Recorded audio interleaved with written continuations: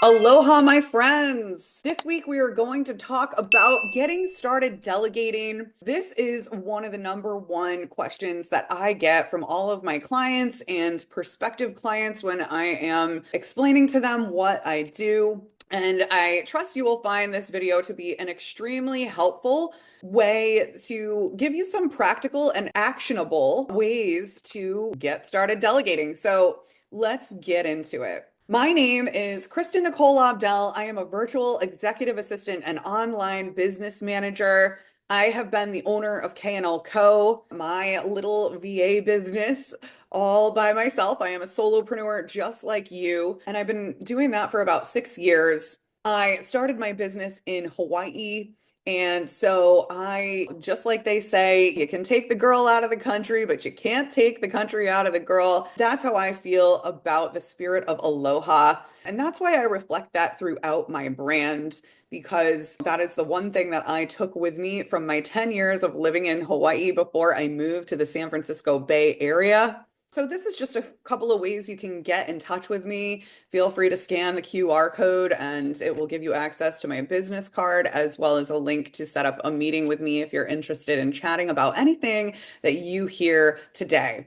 So let's get into it. So what do? I help small business owners organize, streamline, and document their processes so they can scale their business, free up their time, work on other things in their lives, right? Things like self-care, spending time with family. So what this looks like on a practical level is like helping people set up their CRMs and project management softwares, helping them customize it with automations that really adjust and accommodate to their particular tech stack.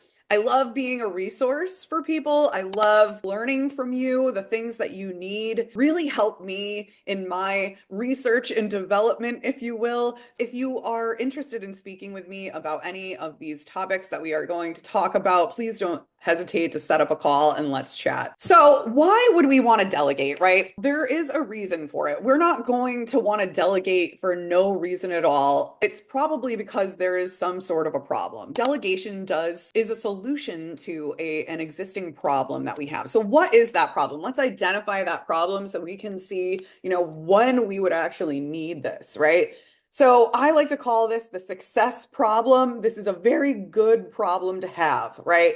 This is not something that is completely dreadful and terrible. This is a good problem. This is a situation that we find ourselves in once we have created this business. At one point, we dreamt of what this business could bring us. If you're a business owner, you create a business because of the freedom you imagine it bringing to you, the revenue, the creative freedom as well, being able to do what you want to do, the way you want to do it, and when you want to do it, right?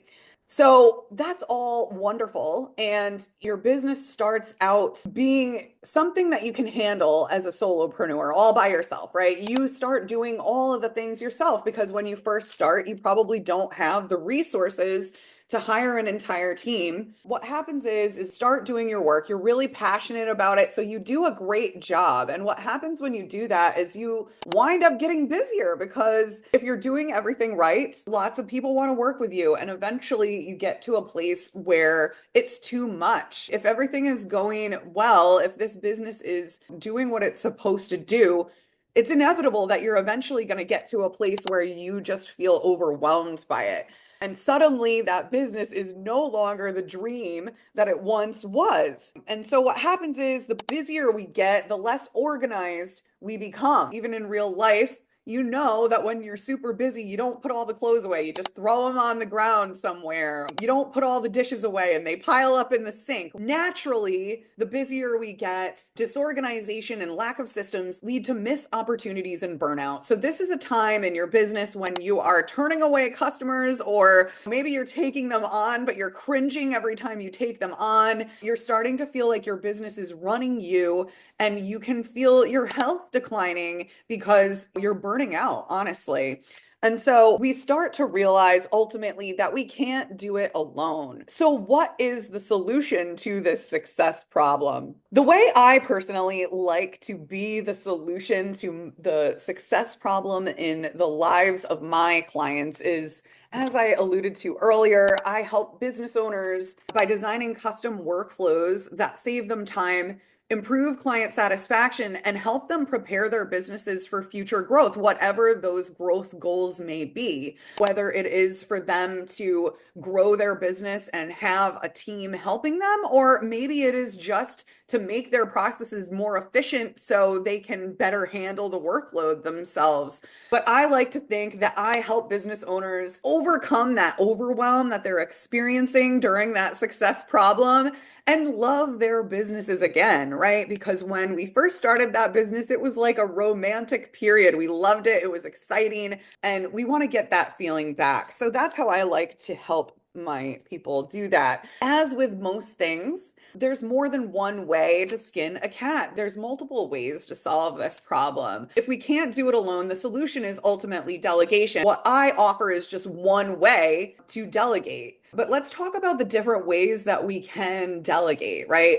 The first one that is the most obvious, I'm going to start at the bottom here, is outsourcing. And so that's one of the ways I help my customers is I am someone that they can hand off tasks to. They're getting it off their plate. And obviously that's opening up space in their schedule, space in their energy. It's allowing them to have someone else to help them with their work. But what are these other less obvious ways? The next one I'm going to go to is this top one here, technology and automation. This is a bit more of a creative solution, right? Many of us have found ways to leverage technology and automation so that we don't even need to hire someone else. We might still want to hire someone else even while using technology and automation, but there's a lot of ways before you even get to the point where you bring someone on that you can use technology and automation to help you, right?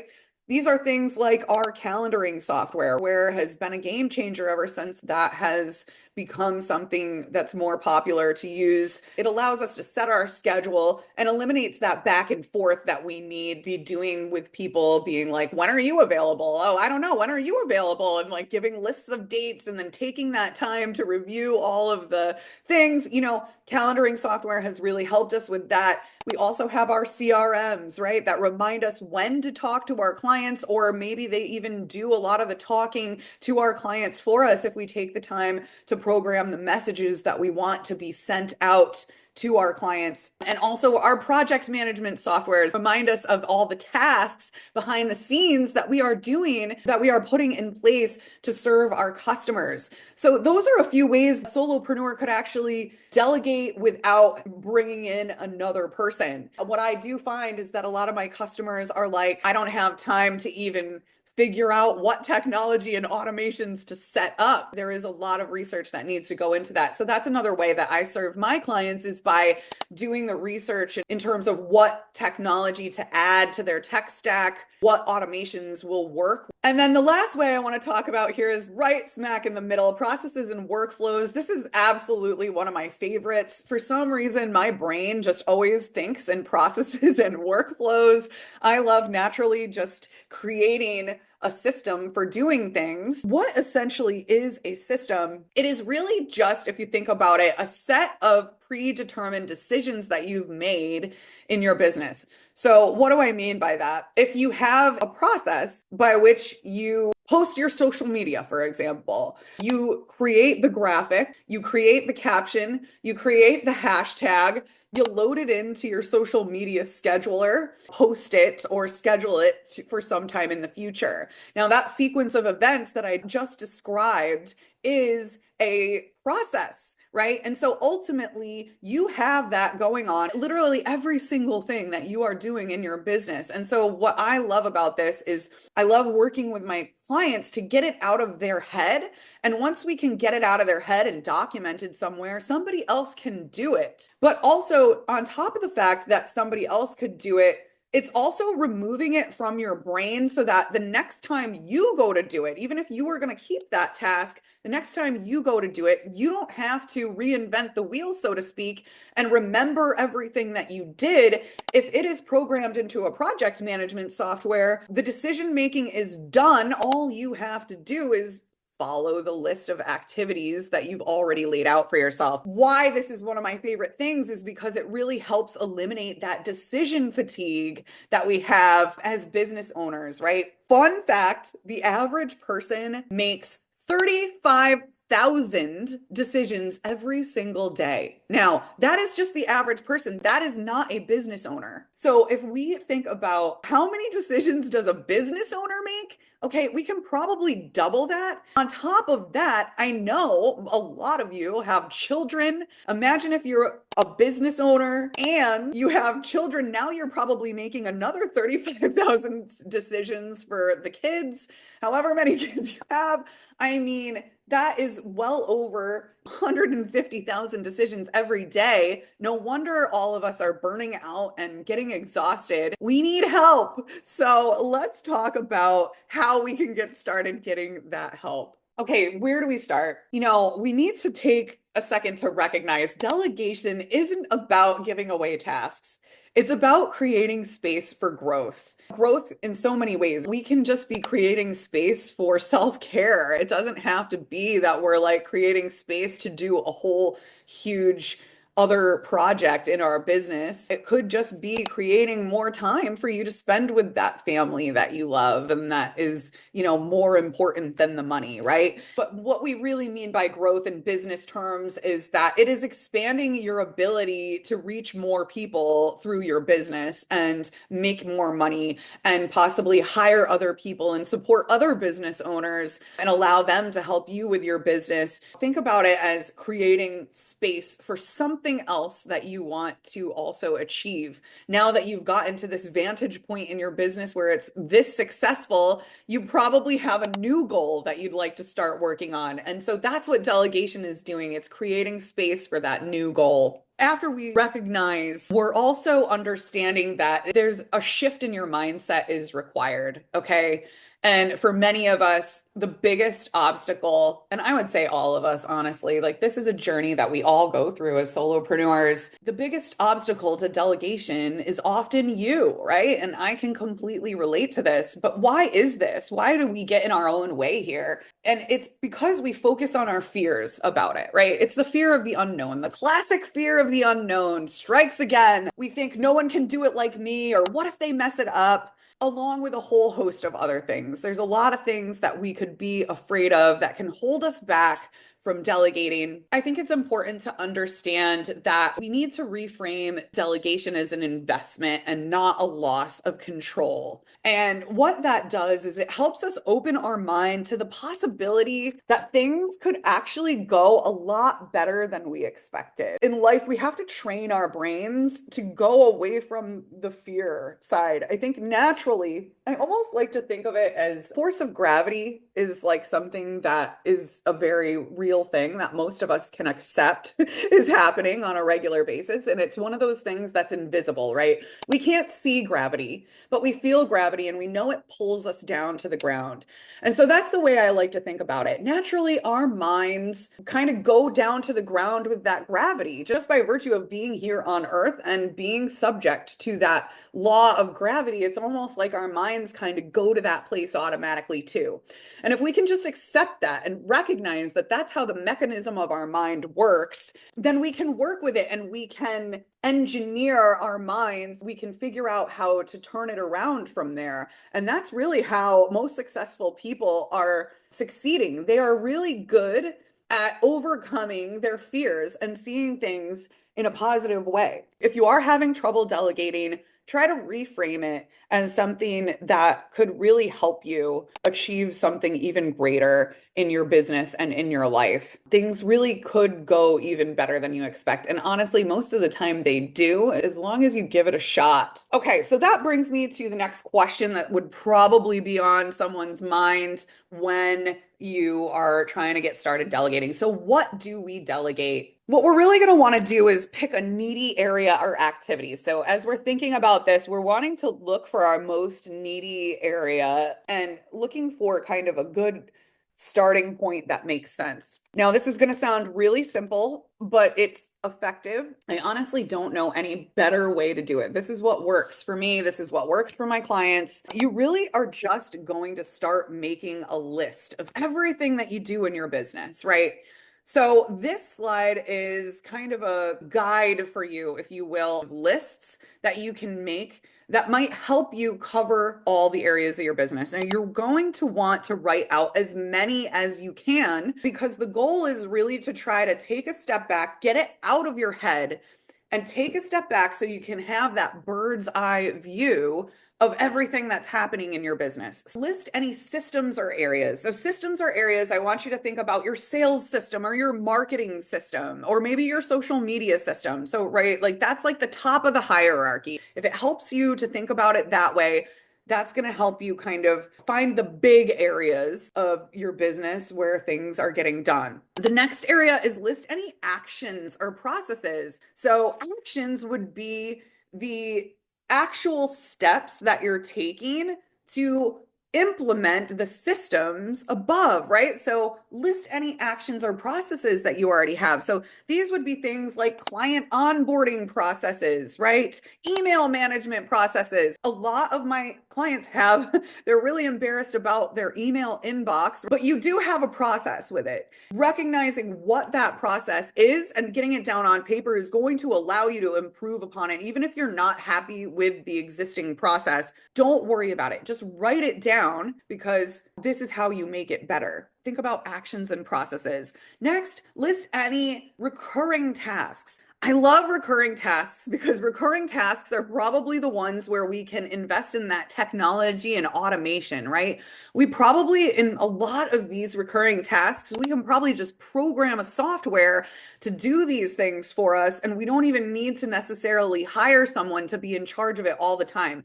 So these can be really affordable things that we can delegate. So try to get any recurring tasks down. And it's okay if you're finding some repetition in your lists because we can always clean it up and edit it later. The idea is just get them all out of your head. Then the next step, we will get organized and start to optimize things. So the idea is to start with low risk and high reward tasks, things like admin work, customer inquiries, and invoicing. Those things are probably going to be the most needy areas because as the solopreneur, if your goal is to stay in your zone of genius, those are probably going to be a bit more painful for you than, say, if you're a graphic designer doing your graphic designs. Because graphic designs, as a graphic designer, if you're really in line with your purpose, that probably brings you joy to perform that kind of an activity.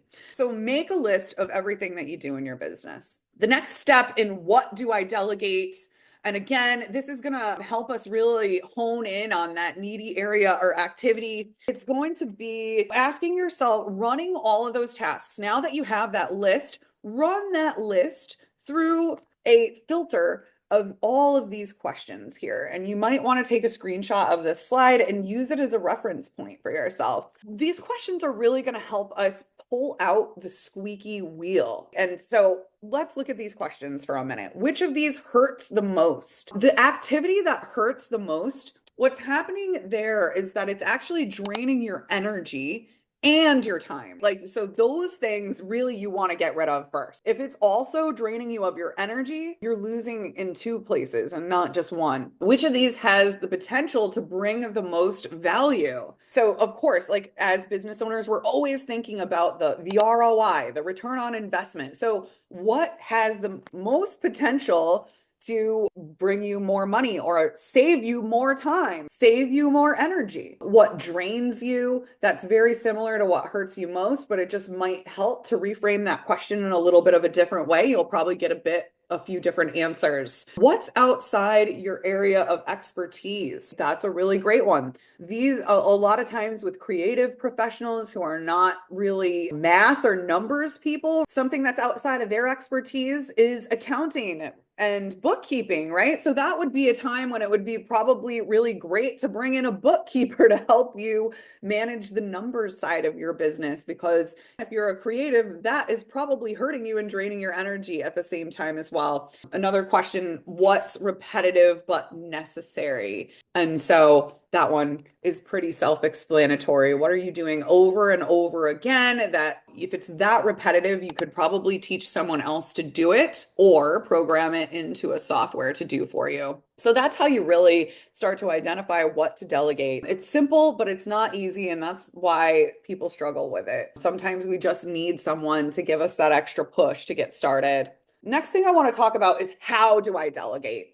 And if I'm going to talk about this, I really have to talk about the who, what, and when in addition to the how. So let's get into how these four areas will help inform the how. The who, what, and when is going to actually tell you how you're going to delegate. So let's talk about that. The first is the who. This is about finding the right person. Again, you're going to be using that list of tasks as a reference now that you've asked your questions and you've filtered out some of the ones that are more painful and more draining to you. Take a look at the ones that you highlighted after asking those questions. Those are the ones that are presenting themselves and ready to be improved upon, right? To be delegated. So take a list of that and ask yourself, okay, out of this list of tasks that I want to have done, and I recognize I can start to think about giving away, who is someone who would be really great at this job? If it's a lot of admin tasks, if it's client onboarding, if it's back office organization, those more administrative type tasks, email management, then maybe a virtual assistant is the right person to bring on to help you with that. If you're looking for more help with the numbers side of things, perhaps a bookkeeper or an accountant is better to bring on for that job. So you're really trying to match skills to the tasks that you need done. And depending on how much time you need someone to dedicate, that will help you determine maybe I need an employee. Maybe I need to start having someone full time help me. Or maybe I can just have a contractor who I only hire to do shorter term projects. I don't need someone for so many hours every single week. I only need someone for a couple of hours every month. That's when I would say go with the contractor over the employee. So you're starting to see how that who can inform the how you're going to delegate. Thinking about what needs to be done. What are the tasks that need to be done to complete this thing that I need done in my business? And this is where standard operating procedures come in, and it's really great to have things documented. If you already have a procedure in place, great. I would say start with something like that because that is going to be the easiest thing to instruct someone else to do for you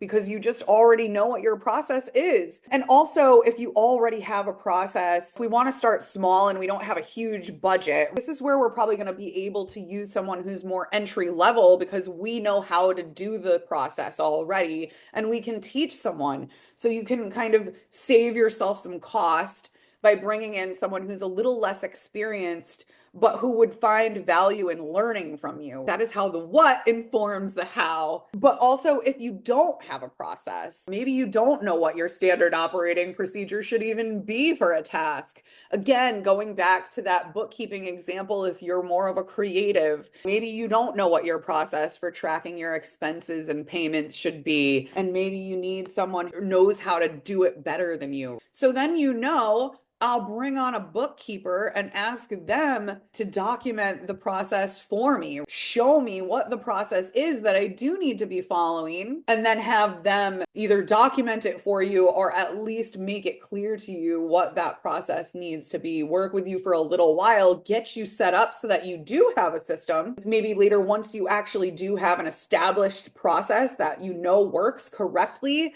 then you can bring on someone at more that entry level and teach them how to do what the professional taught you to do. I think that really is going to help you understand what you're delegating is informing the how you're going to delegate. Next, let's talk about the when and then also the how. When is really about communicating our expectations. One of the biggest things that business owners tend to overlook when I work with them is due dates. For some reason, I don't know what it is, but I think that they're just afraid afraid to like tell people how to manage their time, or they just want to be really polite and respectful. And that's so beautiful and so sweet. But sometimes it gets in our way. If you don't tell someone when you need something, it actually makes it harder for them to prioritize their time. Now, as a virtual assistant, I know it is my responsibility to ask my executives when they need things. So I always have to remember, but I always think about if they were working with someone who didn't think to ask them that, then they might not get what they need on time, right?